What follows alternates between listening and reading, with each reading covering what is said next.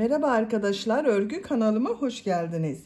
Minik kız bebeklerimiz için kolay ve güzel tığ işi bir elbise yaptım. Bugün bu elbise anlatımını sizlerle paylaşmak istiyorum. Bakın arkadaşlar, elbisemiz çok güzel görünüyor. Örgüsü de çok kolay. İlk önce bu etek bölümünü yapıyoruz. Sonra bu yaka bölümünde motif çalışması yaparak bitiriyoruz arkadaşlar. Son olarak da askılarını yaptım. Askı kenarlarına da bakın beyaz renk iplik ile fırfır yaptım. Yakadan düğmeli yaptım bu elbiseyi. Şu şekilde bakın. Burada yaptığım motifi düğme ilikleri olarak kullanıyorum. Buraya düğme diktim. Bu şekilde kullanıyoruz. Ben bugün bu elbise anlatımını 3-6 ay arası bir bebek ölçüsüne göre yapıyorum. Ama siz bu elbiseyi yeni doğan bebek için yapabilirsiniz. 1, 2, 3, 4, 5 yaş, her yaş çocuklarınız için yaparak kullanabilirsiniz. Tek yapmanız gereken bu bel örgüsünü istediğiniz sayıda zincir yaparak başlamak arkadaşlar. Yapacak olduğunuz çocuğun beline ölçerek zincir ile başlarsanız çok daha güzel olur. Yeni doğan bebek için yapmak istiyorsanız bu zincir sayısını benim yaptığımdan 8-10 zincir eksik yaparsanız yeni doğan bebek için olur. Bakın görüntü olarak çok güzel. Model de çok kolay arkadaşlar. Herkesin yapabileceği bir model. Elbise örgüsünde iplik olarak ben bugün bu ipliği kullandım. Bakın kendinden renkli bir iplik. Kullandığım iplik üzerinde 100 gram iplikte 320 metre var. Bu iplikten 1,5 adet iplik kullandım. Beyaz renk iplik olarak da çok az kullandım. Bakın sadece askılarda ve bu uç bölümde kullandım. Çok az miktarda beyaz renk ipliğe ihtiyacımız var. Bu motif bölümünde ben yeşil kullandım. Bakın çok az miktarda bir yeşil iplik. Beyaz renk iplik yine burada kullandığım iplik. Tığ olarak 5 numara 3 milimetre tığ kullandım. Elimin sıklığına göre bu tığı kullandım. Bakın yumuşak bir örgü elde ettim. Benim elim çok sıkı değil. Sizin eliniz sıkıysa 3,5-4 milimetre tığlarla yaparsanız çok daha güzel olur arkadaşlar. Ölçülerini videonun sonunda ölçüyorum. Tekrar ölçerek zaman geçirmek istemiyorum. Düğme olarak zaten 2 adet düğme olduğunu söyledim. İplik tığı hazırlayalım. Hep birlikte bu kolay ve güzel tığ işi bebek elbisesinin örgüsüne başlayalım. Örgü kanalıma abone değilseniz abone olmayı unutmayın lütfen. Örgü kanalıma abone olmak ücretsiz.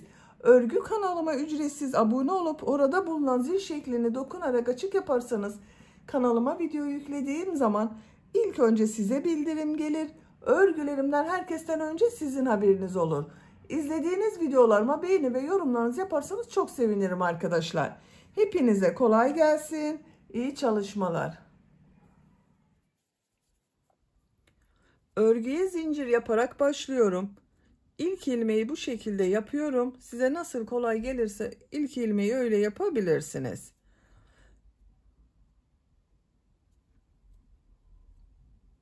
Çok sıkı zincirler yapmıyorum arkadaşlar. 88 zincir yapalım. 88 zinciri yaptım. Bakın çok sıkı zincirler yapmadım arkadaşlar. 88 zincirin kaç santimetre olduğunu ölçüyorum.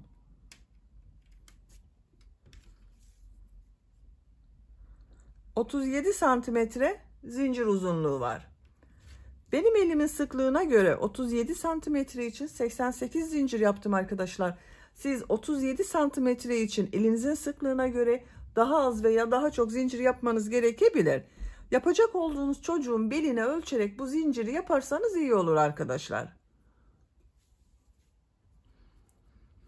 Bu sırada bu zincirler üzerine trabzan yapıyorum. 3 zincir yapıyorum. Tığ üzerine iplik alıyorum. 3 ilmek atlıyorum. 1, 2, 3. 4. ilmeğe bir trabzan yapıyorum. Bakın 2 defa da çıkardığım trabzanı. Tekrar tığ üzerine iplik alıyorum. Diğer ilmeğe bir trabzan yapıyorum. Her ilmek üzerine bir trabzan yapıyorum.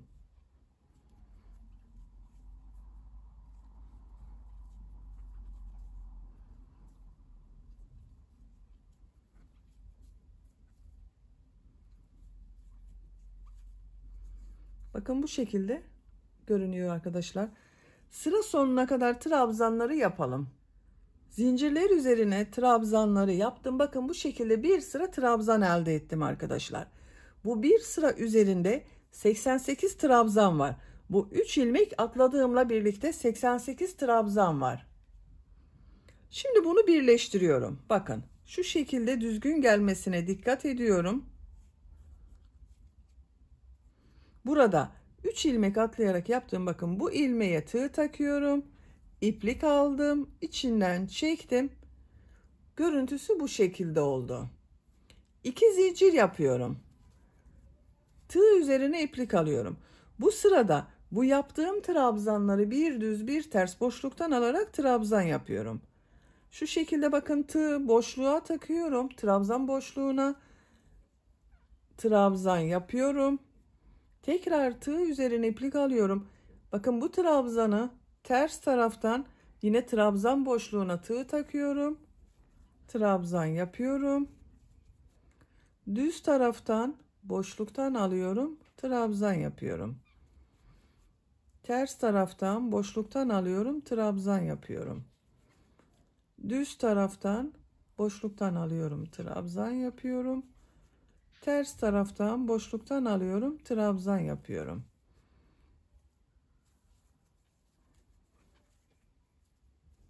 Bakın bu şekilde bir düz bir ters boşluktan alarak yaptığımız için görüntüsü böyle oluyor arkadaşlar. Burayı da birleştirelim. Bakın şu 3 ilmek atlayarak yaptığım bu ilmeğe tığ takıyorum. İplik aldım. İçinden çekiyorum. Bakın burayı birleştirdim. İlmek alıyorum. Sıkı çekiyorum bakın burayı. Sıra sonuna kadar bir düz bir ters boşluktan alıp trabzan yapalım. Sıra sonuna kadar trabzanları bir düz bir ters boşluktan aldım, trabzan yaptım. Son trabzanı bakın düz taraftan boşluktan aldım, trabzan yaptım. Bu yaptığım trabzanı burada yaptığım 2 zincir var. Bu ilmek ile ilmek kaydırma yaparak birleştiriyorum. Bakın bu 2 zincirde ters tarafta görünen trabzan oldu. Bakın arkadaşlar görüntüsü böyle. 3. sıradayız. Bu sırada bu yaptığım trabzanları nasıl görüyorsam o yönde boşluktan alıyorum, trabzan yapıyorum. 2 zincir yapıyorum. Tığ üzerine iplik alıyorum. Düz görüyorum. Düz taraftan boşluktan alıyorum, trabzan yapıyorum. Bakın ters tarafta görüyorum. Ters taraftan boşluktan alıyorum, trabzan yapıyorum. Düz tarafta görüyorum. Düz taraftan boşluktan alıyorum, trabzan yapıyorum. Ters tarafta görüyorum. Ters taraftan boşluktan alıyorum, trabzan yapıyorum.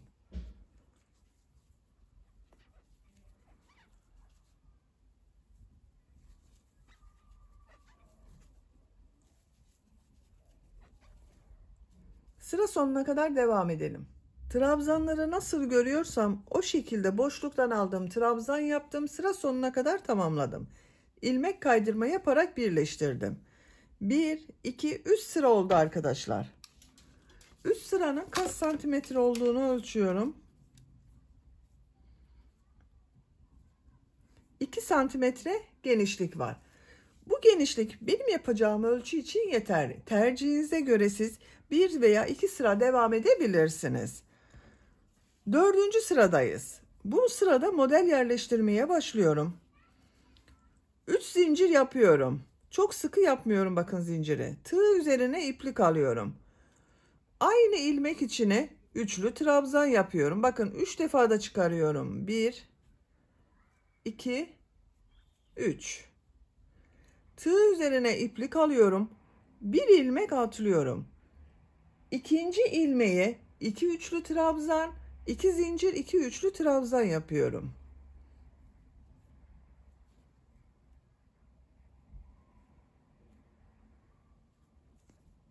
Bir,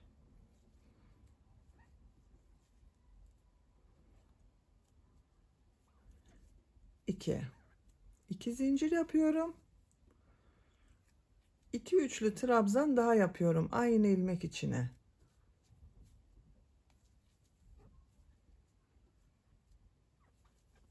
Bakın model 2 üçlü trabzan, 2 zincir, 2 trabzan oldu arkadaşlar.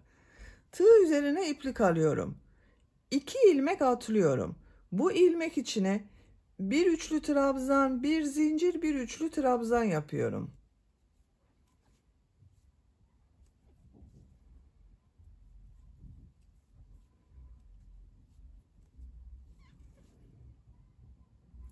Tığ üzerine iplik alıyorum.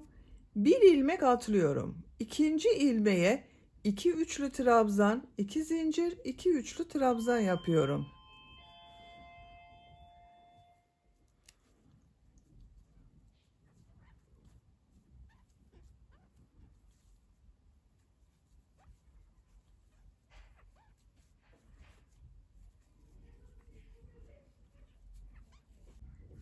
Bakın 2 üçlü trabzan, 2 zincir, 2 üçlü trabzan yaptım. Tığ üzerine iplik alıyorum.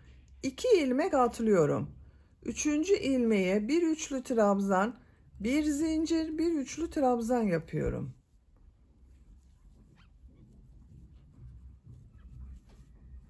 Tığ üzerine iplik alıyorum. Bir ilmek atlıyorum. 2 üçlü trabzan, 2 zincir, 2 üçlü trabzan yapıyorum.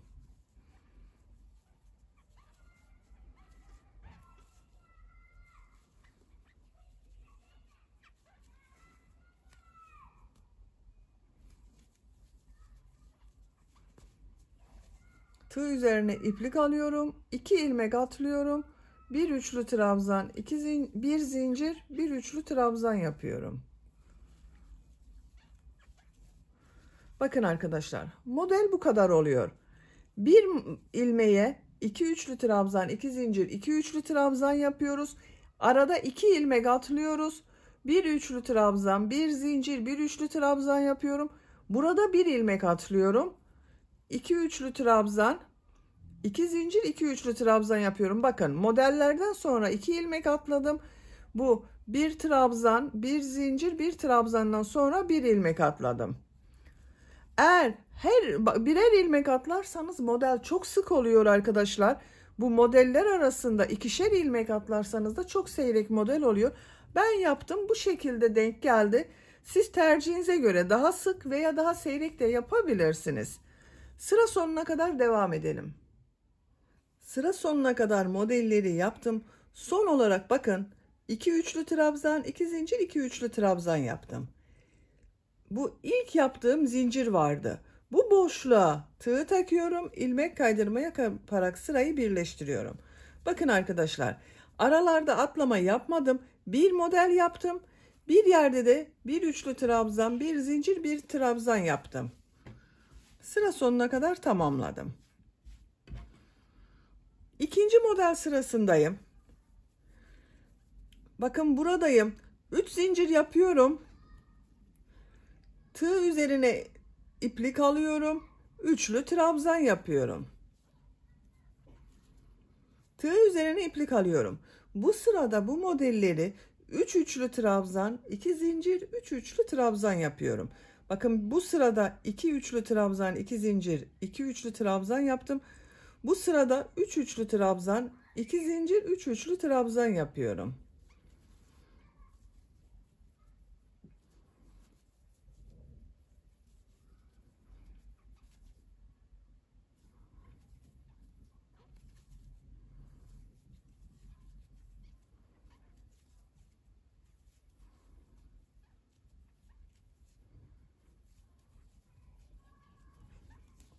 Üç üçlü trabzan, 2 zincir, 3 üçlü trabzan yaptım. Tığ üzerine iplik alıyorum. Bu bir zincirli boşluğa bir üçlü trabzan, bir zincir, bir üçlü trabzan yapıyorum.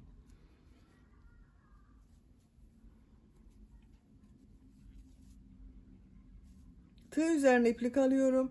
Buraya 3 üçlü trabzan, 2 zincir, 3 üçlü trabzan yapıyorum.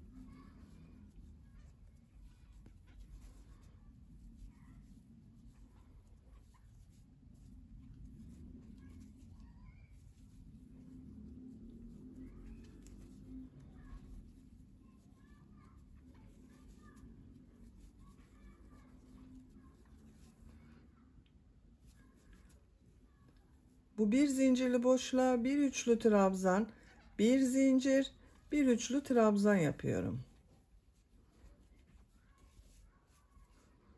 3 üçlü trabzan, 2 zincir, 3 üçlü trabzan yapıyorum.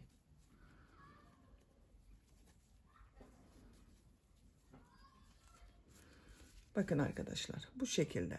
Sıra sonuna kadar devam edelim. Modelleri sıra sonuna kadar yaptım. Son yaptığım modeli sıra başında yaptığım bu 3 zincir ile ilmek kaydırma yaparak birleştiriyorum. Bakın arkadaşlar. Modellerin görüntüsü böyle oldu. 3 üçlü trabzan, 2 zincir, 3 üçlü trabzan yaptım.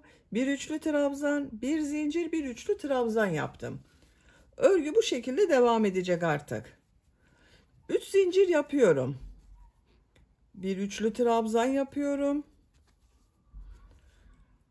Diğer model ortasına 3 üçlü trabzan, 2 zincir, 3 üçlü trabzan yapıyorum.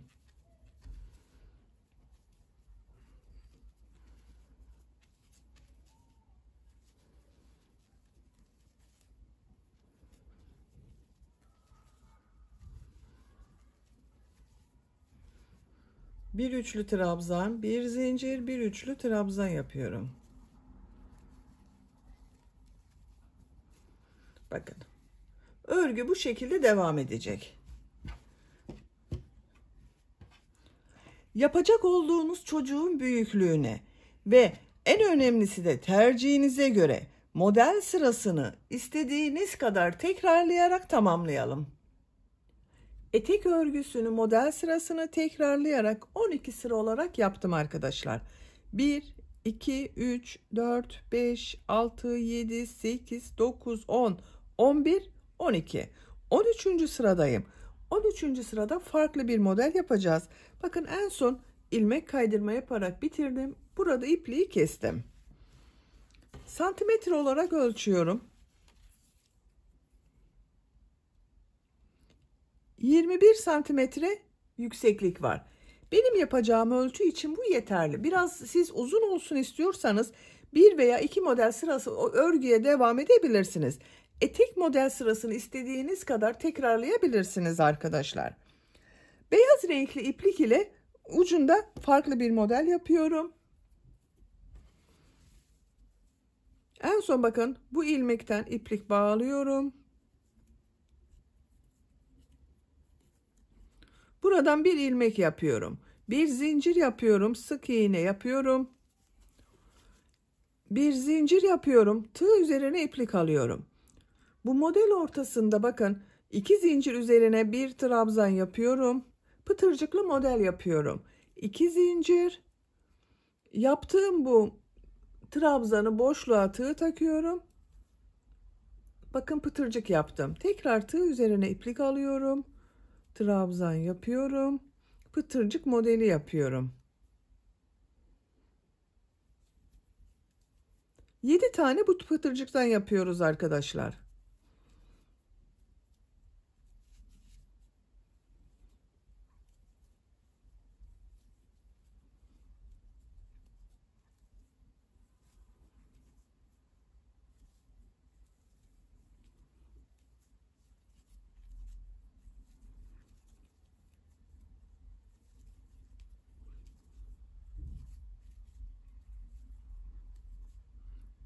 İki, 4, 6, bir tane daha yapıyorum. 7.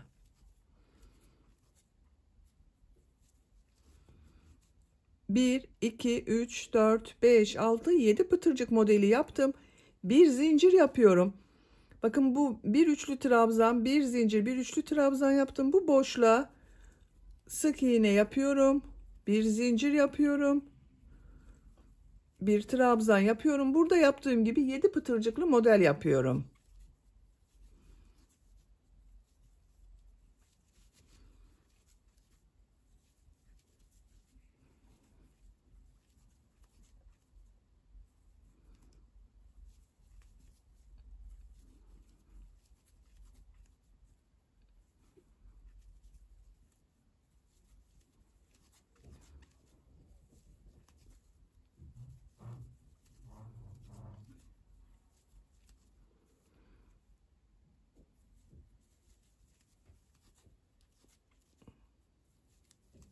Bir zincir yapıyorum.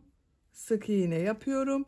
Bir zincir yapıyorum. Diğer modele, pıtırcık modele başlıyorum. Bakın görüntüsü böyle oluyor. Sıra sonuna kadar devam edelim. Sıra sonuna kadar modelleri yaptım. Bir zincir yapıyorum. İlk yaptığım bu ilmek ile ilmek kaydırma yaparak sırayı birleştiriyorum. İpliği kesiyorum.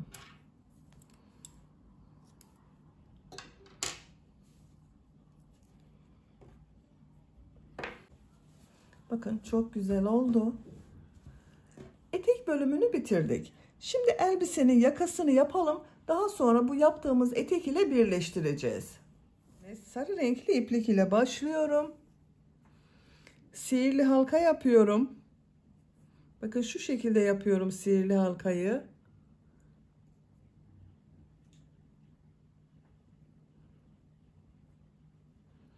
Parmağımdan çıkardım. Bir zincir yaptım, sağlamlaştırdım. 3 zincir yapıyorum. Tığ üzerine iplik alıyorum. Sihirli halka içine trabzan yapıyorum. Bir zincir yapıyorum, trabzan yapıyorum. Bir zincir yapıyorum, trabzan yapıyorum. 11 trabzan yapacağız. Bu sıra başında yaptığım 3 zincirde bir trabzan, bununla 12 olacak.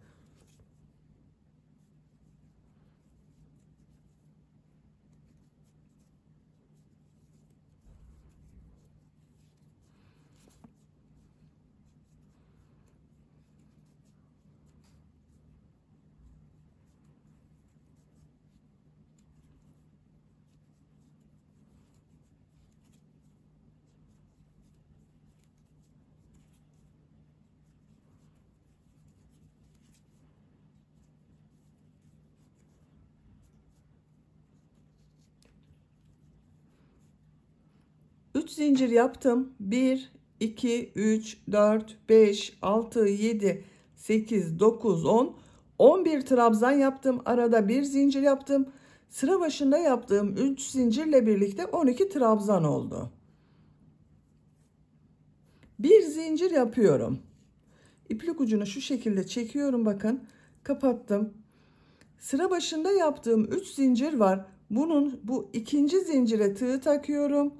İplik ucunu üste alıyorum, bakın. İlmek kaydırma yaparak sırayı birleştiriyorum. İpliği kesiyorum.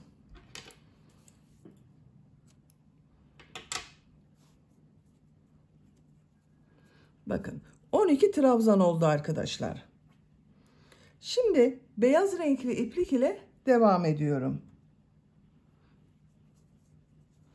Herhangi bir zincir üzerinden başlıyorum.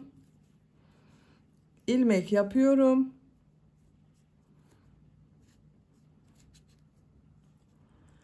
Üç zincir yapıyorum. Tığ üzerine 2 defa iplik doluyorum. Üçlü trabzan yapıyorum. Bakın 3 defa da çıkarıyorum. 1, 2, 3. 2 defa iplik doluyorum. Üçlü trabzan yapıyorum. 2 defa iplik doluyorum. Üçlü trabzan yapıyorum. 5 üçlü trabzan yapacağız.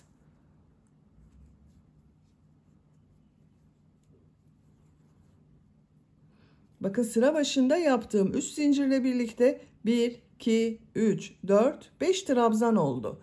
Tığı çıkarıyorum. Sıra başında yaptığım 3 zincirin 3. zincire tığ takıyorum. İlmeğe tığ taktım, içinden çekiyorum. 2 zincir yapıyorum. Tığ üzerine 2 defa iplik doluyorum. İkinci bir zincir üzerine, bakın burada bir zincir var. Bunun üzerine yine 5 üçlü trabzan yapıyorum.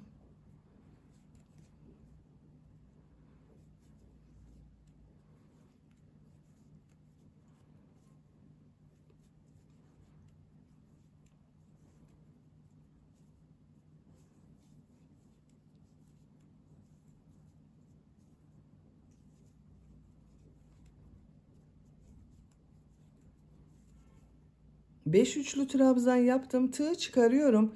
İlk yaptığım trabzan üzerine tığ takıyorum. İlmeği içinden çekiyorum. 2 zincir yapıyorum.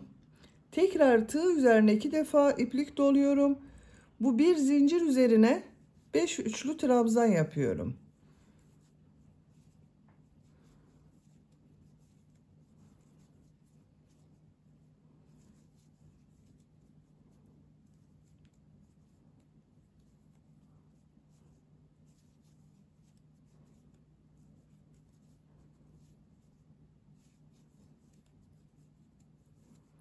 Tığ çıkarıyorum.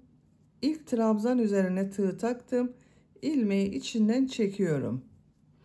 2 zincir yapıyorum. Diğer modele başlıyorum. Bakın bu şekilde modeller yapıyoruz. Sıra sonuna kadar devam edelim. 12 model olacak.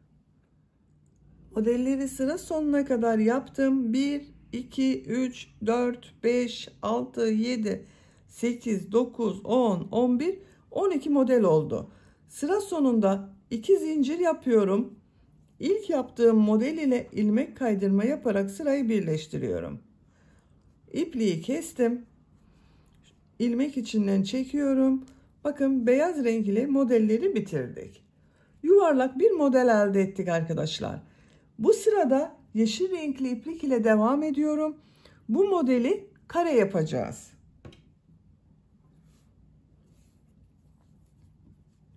Herhangi bir 2 zincirli boşluktan başlıyorum. Buradan ilmek yapıyorum. 3 zincir yapıyorum. Tığ üzerine iplik alıyorum. 3 defa da çıkarıyorum bakın. 1, 2, 3. Tığ üzerine bir defa iplik doluyorum. 3 defa da çıkarıyorum. 1, 2, 3. Üçlü trabzan yaptım. 2 zincir yapıyorum. Burası bir köşe olacak. Bu köşenin yarısında sıra sonunda devamı olarak yapacağız. Tığ üzerine iplik alıyorum. Trabzan yapıyorum. 2 defa da çıkarıyorum bakın bunu. 2 zincir yapıyorum. Bakın bu 2 zincirli boşluğa trabzan yapıyorum.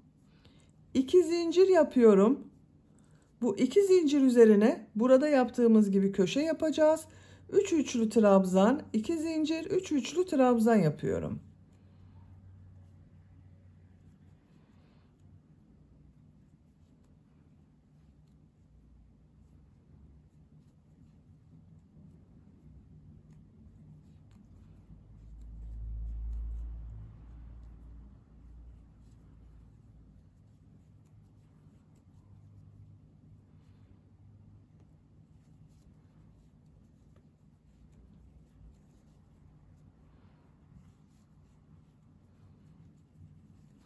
Üç üçlü trabzan, 2 zincir, 3 üçlü trabzan yaptım.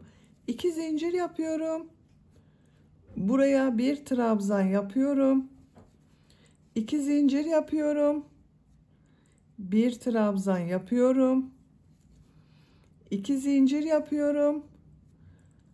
3 üçlü trabzan, 2 zincir, 3 üçlü trabzan yapıyorum.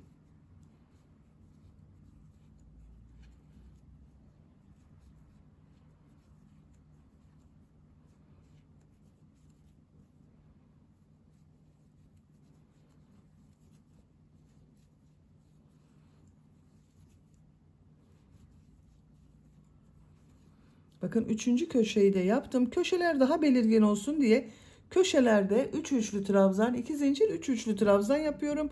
Bu aralarda trabzan yapıyorum. 2 zincir yapıyorum.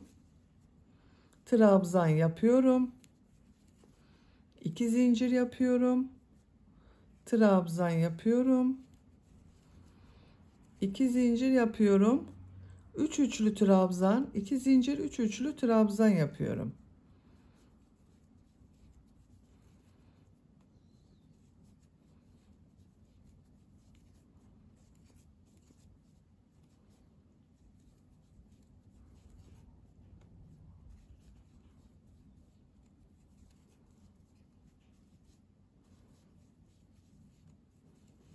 Bakın 4. köşeyi yaptım. 2 zincir, 1 trabzan, 2 zincir, bir trabzan yapıyorum. 2 zincir yapıyorum. Sıra başında 3 trabzan ile başladığım bakın bu köşeye 3 üçlü trabzan yapıyorum.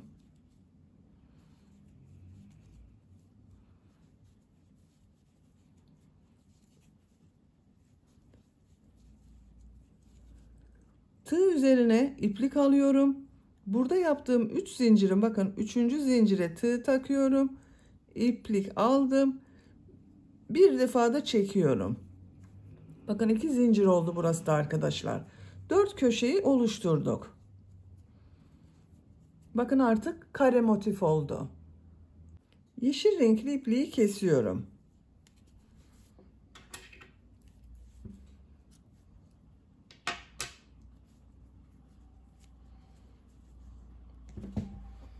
Şimdi bu renk iplik ile devam ediyorum. Siz istediğiniz renk iplikleri kullanabilirsiniz.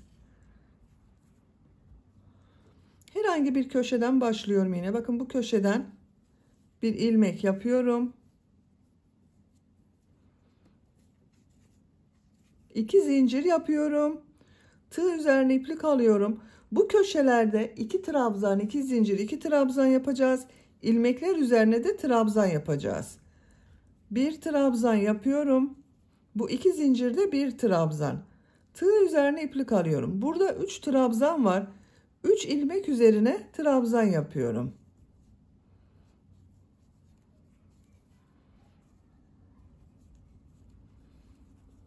İki zincir var. 2 zincir üzerine trabzan yapıyorum. 2 zincir üzerine 2 trabzan yapıyorum. 2 zincir üzerine 2 trabzan yapıyorum. Bakın ikişer zincir üzerine 2 trabzan yaptım. Burada 3 ilmek var. 3 trabzan yapıyorum. Her ilmek üzerine bir trabzan yapıyorum.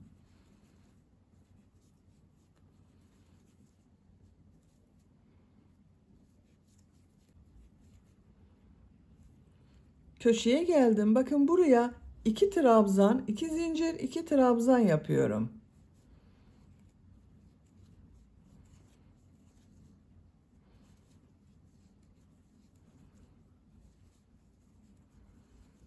İki trabzan, 2 zincir, 2 trabzan yaptım. Burada 3 ilmek var. 3 ilmek üzerine trabzan yapıyorum.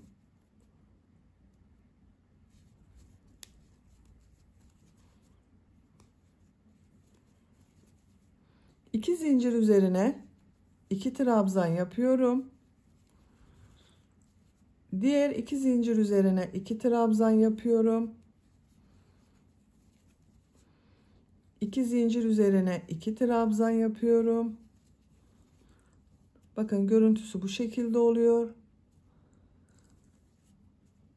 Bu 3 ilmek var. Üçünün üzerine birer defa trabzan yapıyorum.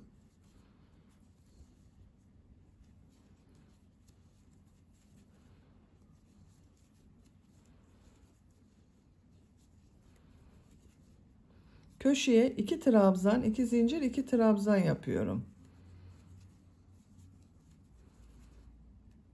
İlmekler üzerine trabzan yapıyorum. Bakın bu köşeye de 2 trabzan, 2 zincir, 2 trabzan yapalım. Burada yaptığımız gibi sıra sonuna kadar devam edelim. Sıra sonuna kadar trabzan yaptım. Bu köşede bakın yine 2 trabzan, 2 zincir, 2 trabzan yaptım.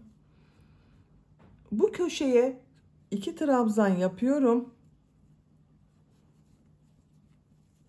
Tığ üzerine iplik alıyorum. Sıra başında 2 zincir yaparak bir trabzan yaptım. Bunun ikinci zincire bakın tığ takıyorum. İlmek aldım, çektim. Tığ üzerinde 3 ilmek var. Üçün içinden bir defa da çekiyorum. İpliği kesiyorum.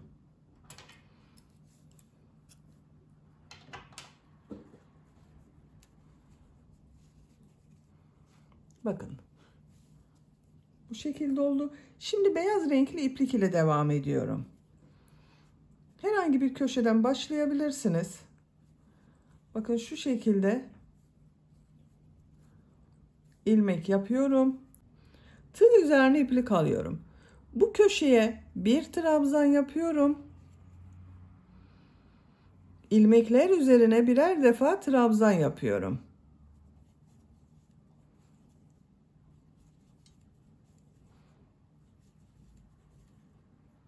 Bakın buraya bir trabzan yaptım. Bu köşeye kadar devam edelim.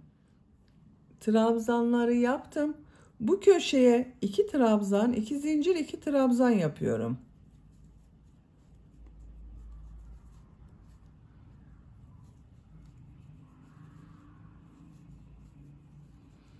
İlmekler üzerine birer defa trabzan yapıyorum.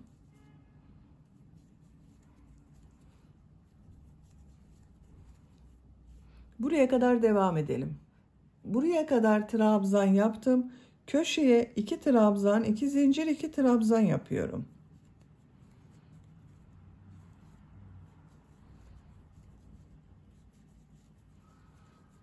İlmeklere birer defa trabzan yapıyorum.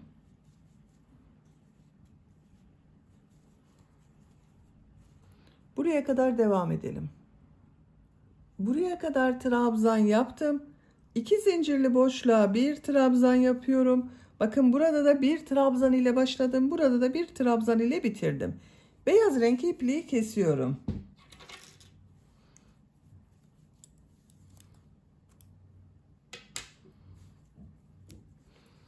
Siz bu yaka örgüsünü daha büyük çocuk için yapmak istiyorsanız bu beyaz sırayı da burada yaptığımız gibi devam edip sonraki sırada bu yarım bırakabilirsiniz arkadaşlar. Burası bel örgüsüne gelecek. Onun için burada bitirdim ben.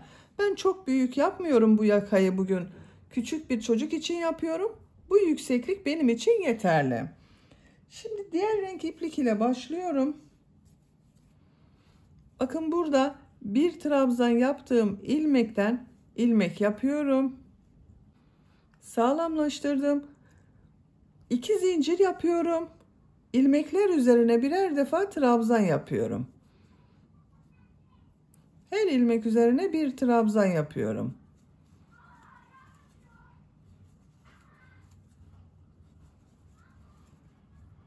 Buraya kadar devam edelim. Köşeye kadar trabzan yaptım. Bu köşeye 2 trabzan, 2 zincir, 2 trabzan yapıyorum.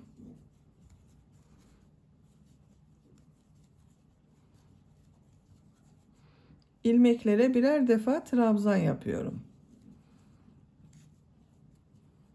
Buraya kadar devam edelim. Bu köşeye 2 trabzan, 2 zincir, 2 trabzan yapalım. İlmeklere trabzan yapalım. Buraya kadar tamamlayalım. Sıra sonuna kadar tamamladım. Bu köşede de yine 2 trabzan, 2 zincir, 2 trabzan yaptım. Diğer ilmeklere birer defa trabzan yaptım. Dikdörtgen bir yaka yapıyoruz bakın. 2 zincir yapıyorum. Örgüyü çeviriyorum. Bu ilk trabzanı boşluktan alıyorum, trabzan yapıyorum. İkinci trabzanı bakın ters taraftan boşluktan alıyorum, trabzan yapıyorum. Bir düz bir ters boşluktan alarak trabzan yapıyoruz.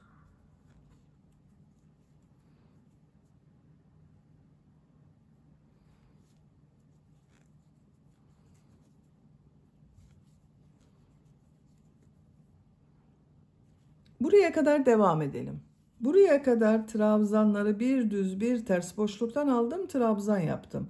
Son trabzanı bakın ters taraftan boşluktan aldım, trabzan yaptım. Bu köşeye 2 trabzan yapıyorum.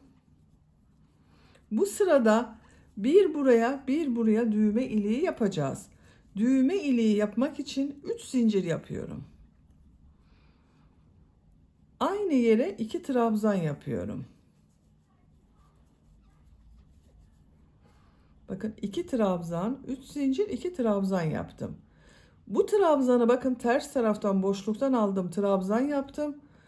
Bu ilk trabzanı da ters taraftan boşluktan alıyorum, trabzan yapıyorum. Düzgün görünmesi için bu şekilde yaptım. Düz taraftan boşluktan alıyorum, trabzan yapıyorum. Ters taraftan boşluktan alıyorum, trabzan yapıyorum. Buraya kadar devam edelim. Buraya kadar trabzanları yaptım. Bakın görüntüsü böyle oldu. Burada 1, 2, 3 trabzan kaldı. En son bakın ters taraftan boşluktan aldım, trabzan yaptım. düz, ters, düz yapacağız. Bu şekilde yaparsak bakın burasıyla görüntü farklı olur. Burada bunu ve bunu ters taraftan boşluktan aldım, trabzan yaptım. Bunun denk gelmesi için bakın bu ikisini düz taraftan boşluktan alıyorum, trabzan yapıyorum. Ters taraftan boşluktan alıyorum, trabzan yapıyorum. Aynısı oldu bakın. Bu köşeye 2 trabzan yapıyorum. Düğme iliği için 3 zincir yapıyorum. 2 trabzan yapıyorum. Bakın en son bunu ters taraftan boşluktan aldım, trabzan yaptım. Bu trabzanda ters taraftan boşluktan alıyorum, trabzan yapıyorum. Düz taraftan boşluktan alıyorum, trabzan yapıyorum. Ters taraftan boşluktan alıyorum, trabzan yapıyorum.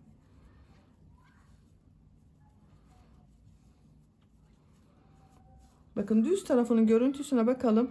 Aynı oldu, düzgün oldu arkadaşlar. Sıra sonuna kadar devam edelim. Sıra sonuna kadar tamamladım. 2 zincir yapıyorum. Örgüyü çeviriyorum.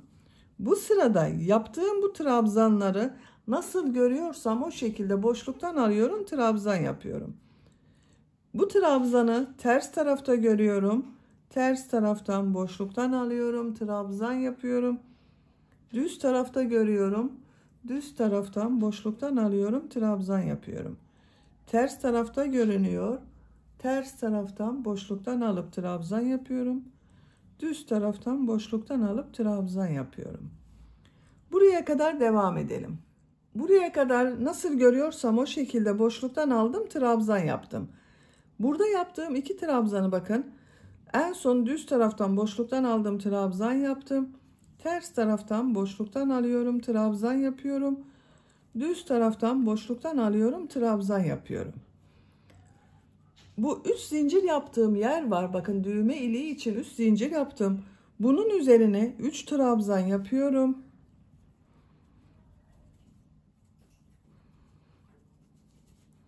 Bu trabzanı düz taraftan boşluktan alıyorum, trabzan yapıyorum. Ters taraftan boşluktan alıyorum, trabzan yapıyorum.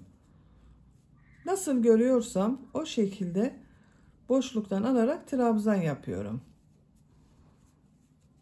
Bakın düğme iliğinin yeri belirgin oldu. Buraya kadar devam edelim. Diğer köşeye kadar bakın nasıl görüyorsam o şekilde boşluktan aldım, trabzan yaptım. Ters taraftan boşluktan alıyorum, trabzan yapıyorum. Düz taraftan boşluktan alıyorum, trabzan yapıyorum. Bu düğme iliği yaptığım 3 zincir üzerine 3 trabzan yapıyorum.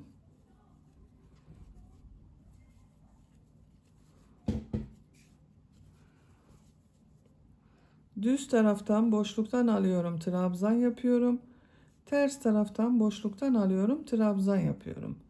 Nasıl görüyorsam o şekilde boşluktan alarak trabzan yapmaya devam ediyorum. Son sırayı yapıyoruz arkadaşlar. Sıra sonuna kadar devam edelim.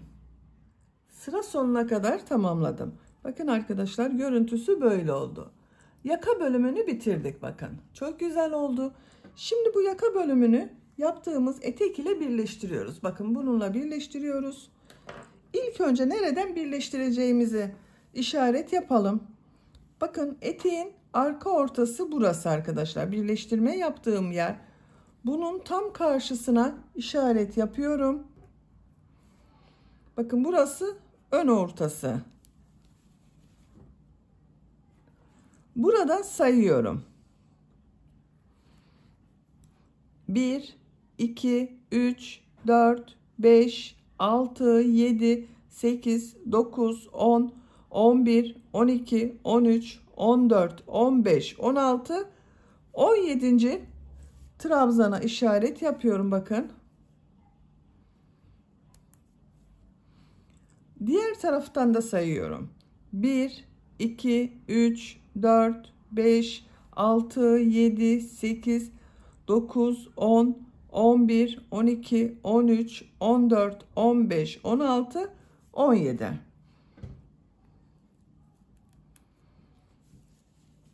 Bu yeşil renk ile işaret yaptıklarımı arada yakayı birleştireceğiz arkadaşlar.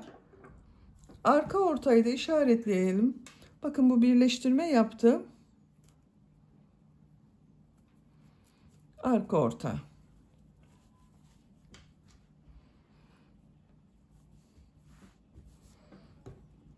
Bakın burada ipliği kesmedim. Devam edeceğiz. Şu şekilde yerleştiriyorum. Bakın siz kendi yaptığınız ölçüye göre istediğiniz gibi ayarlayabilirsiniz. Bu işaret yaptığım ilmeğe tığ takıyorum. İplik aldım, içinden çekiyorum. Bakın ikinci ilmeğe tığ takıyorum. Yakadan bu ilmeğe tığ taktım, iplik aldım, içinden çekiyorum. İlmek kaydırma yapıyorum. Bu ilmeğe tığ takıyorum. Yakada bu ilmeğe tığ takıyorum. İlmek aldım, ilmek kaydırma yapıyorum. İlmek atlamıyorum bakın etek bölümünde.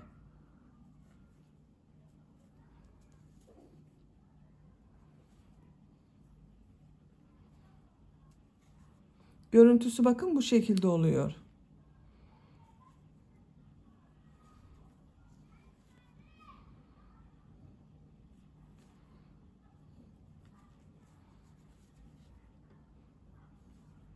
Bakın ilmeklerden karşıdan da ilmek alıyorum.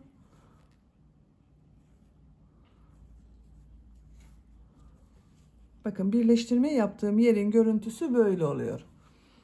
Yakanın sonuna kadar bakın burada bitecek arkadaşlar. Bu işaret yaptığım yere kadar birleştirme işlemini ilmek kaydırma yaparak yapalım. Yakanın sonuna kadar etek ile yaka bölümünü birleştirdim. Son ilmeğin içinden ipliği çekiyorum. İpliği kestim arkadaşlar. Bakın şu şekilde içinden çekiyorum. Bakın bu şekilde oldu. Yaka bölümü ile etek bölümünü birleştirdik. Elbisemiz şekillendi. Bakın çok güzel oldu. Şimdi bu elbisenin askılarını yapalım. Arka ortayı buldum bakın ben. Birleştirme yaptım. İlmeğe şu şekilde bir işaret yaptım. Askıları başlayacağız. Burada yakada yaptığım gibi bir düz bir ters örgüler yapıyorum. Buranın da devamı olacak. Bakın bu işaretten sonra 1, 2, 3, 4 ilmek sayıyorum. Bu 5. olana iplik bağlıyorum.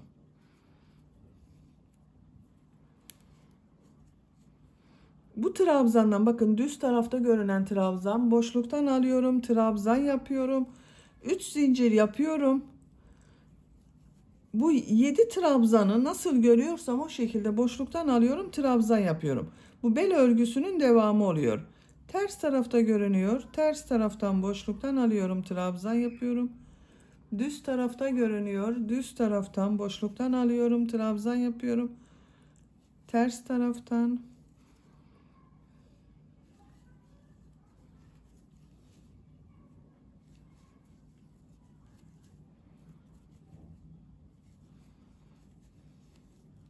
Bakın bu şekilde. Sıra başında 3 yaptığımda düz taraftan olan trabzan oldu. 1, 2, 3, 4, 5, 6, 7. Sıra sonunda da düz taraftan boşluktan aldım. Trabzan yaptım. 3 zincir yapıyorum. Örgüyü çeviriyorum. Nasıl görüyorsam o şekilde boşluktan alarak trabzan yapıyorum.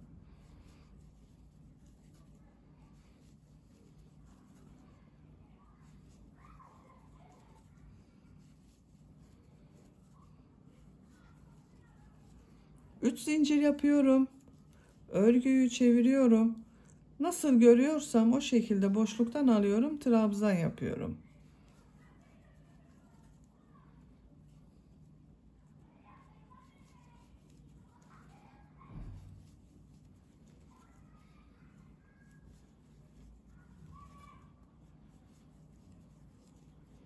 Bakın 7 trabzan yaptık. Sıra sonunda 3 zincir yaptığımda boşluktan alarak trabzan yapıyorum. Diğer askı örgüsünde başlayalım. 2 askının örgüsünü birlikte devam ederiz. Bakın bu işaret yaptığım yerden sayıyorum. Bakın bunu 1, 2, 3, 4 trabzan atladım. 5. trabzandan askıya başladım. Burada sayıyorum. 1, 2, 3, 4. 5. buradan başlayacağız arkadaşlar. Askı içinde 7 trabzan sayıyorum. Bakın 1, 2, 3, 4, 5, 6, 7. Bu ilmeğe ipliği bağlıyorum.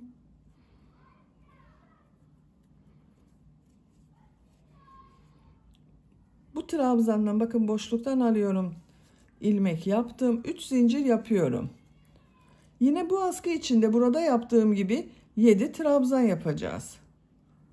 Ters taraftan boşluktan alıyorum, trabzan yapıyorum. Düz taraftan boşluktan alıyorum, trabzan yapıyorum. Ters taraftan boşluktan alıyorum, trabzan yapıyorum.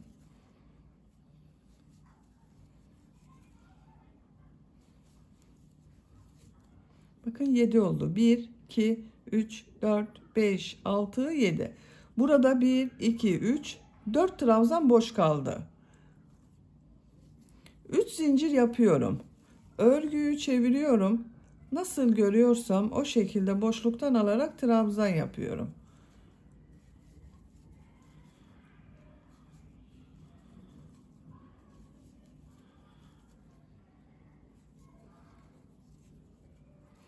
Üç zincir yapıyorum. Örgüyü çeviriyorum.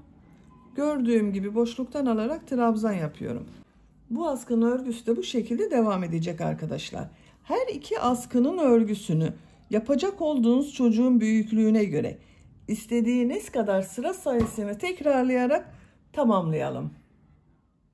İki askı örgüsünü tamamladım. Ucuna da bakın birer tane düğme diktim arkadaşlar. Bu düğmeleri bu yaka bölümünün bakın burada oluşan düğme iliklerine takacağız. Kaç sıra askı yaptığımı sayıyorum. 1, 2, 3, 4, 5, 6, 7, 8, 9, 10, 11, 12, 13, 14, 15, 16, 17, 18, 19, 20, 21, 22, 23, 24, 25, 26, 27, 28, 29, 30, 31 sıra askı uzunluğu yaptım. Santimetre olarak ölçüyorum. Bakın esnek arkadaşlar. Esnek bir askı.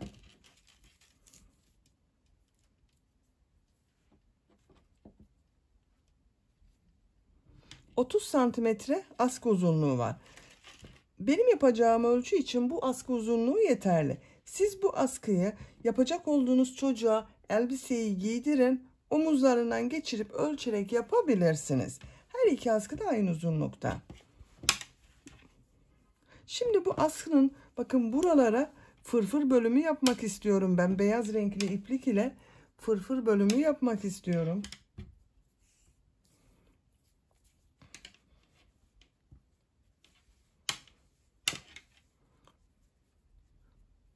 Bakın buradan başlıyorum. 1, 2 sırayı atlıyorum. Bu ilmeğe bakın. İplik bağlıyorum. Siz kendi rengiyle de fırfır yapabilirsiniz. Buradan ilmek yapıyorum. 2 zincir yapıyorum. Tığ üzerine iplik alıyorum. Bu trabzan sırası var bakın. Buraya bir trabzan yapıyorum. Tığ üzerine 2 defa iplik doluyorum. Aynı trabzan sırasına 3 üçlü trabzan yapıyorum.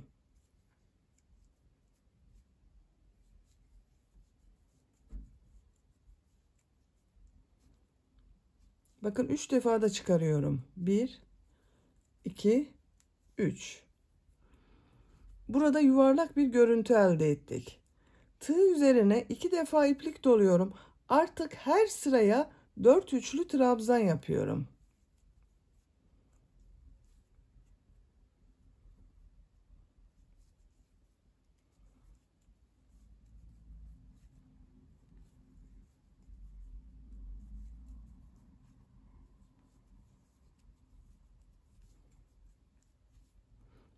Diğer sıraya da 4 üçlü trabzan yapıyorum.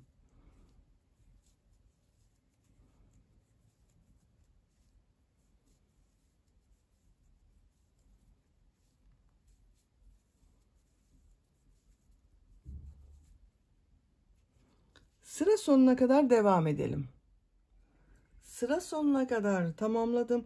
Bakın son trabzan sırasına da 4 üçlü trabzan yaptım. Tığ üzerine iplik almadan bakın bu bir ilmeği atlıyorum.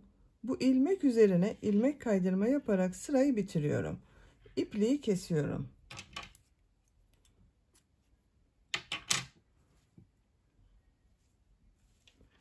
Bakın arkadaşlar, askının birinin fırfırını yaptım. Bu şekilde oldu. Şimdi diğer askı örgüsüne başlayalım.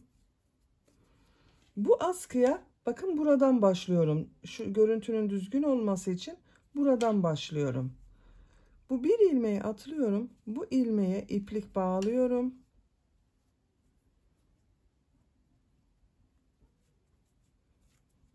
Buradan ilmek yapıyorum. Tığ üzerine iplik alıyorum. Yine bakın 2 defa iplik doluyorum. Her sıraya 4 üçlü trabzan yapıyorum.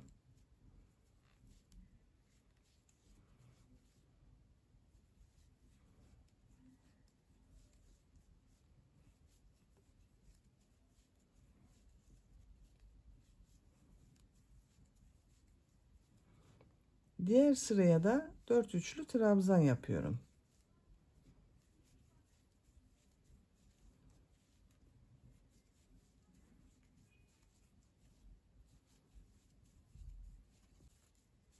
Bakın arkadaşlar. Bu askı örgüsünde de bu her trabzan sırasına 4 üçlü trabzan yapıyoruz. Sıra sonuna kadar devam edelim. Sıra sonunda bu 2 sırayı boş bırakacağız. Diğer askıda da bakın 2 sırayı boş bıraktım. Beyaz renk iplik ile fırfır bölümüne başladım. Burada da 2 sırayı boş bırakacağız. Buraya kadar devam edelim. Üçlü trabzanları buraya kadar tamamladım. Sıra sonunda bakın 2 sıra kaldı. Diğer askıda da bakın ikinci sıradan sonra bu fırfır bölümüne başladım. Burada da son 2 sırayı bitiriyorum. Sondan 3. sıraya 3 üçlü trabzan yaptım. Tığ üzerine iplik alıyorum. 1 trabzan yapıyorum. 2 zincir yapıyorum. İlmek kaydırma yaparak bitiriyorum. İpliği kesiyorum.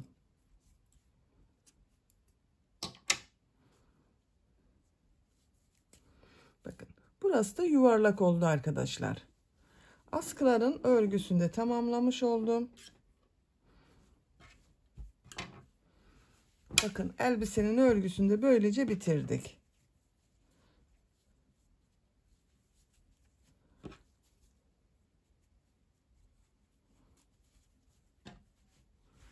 Bakın çok güzel oldu.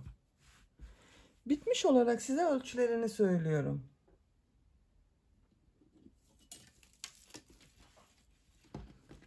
Buradan gövde genişliğini ölçüyorum.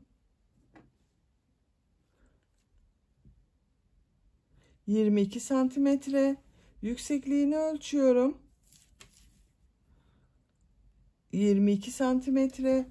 Yakadan etek ucuna kadar olan yüksekliği ölçüyorum. 33 santimetre.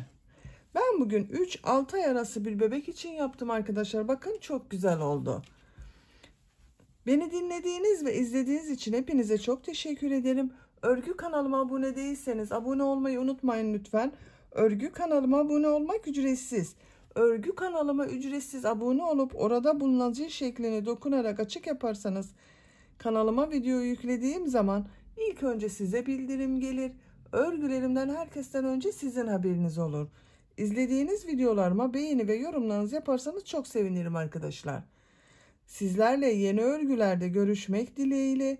Hoşça kalın, sevgiyle kalın.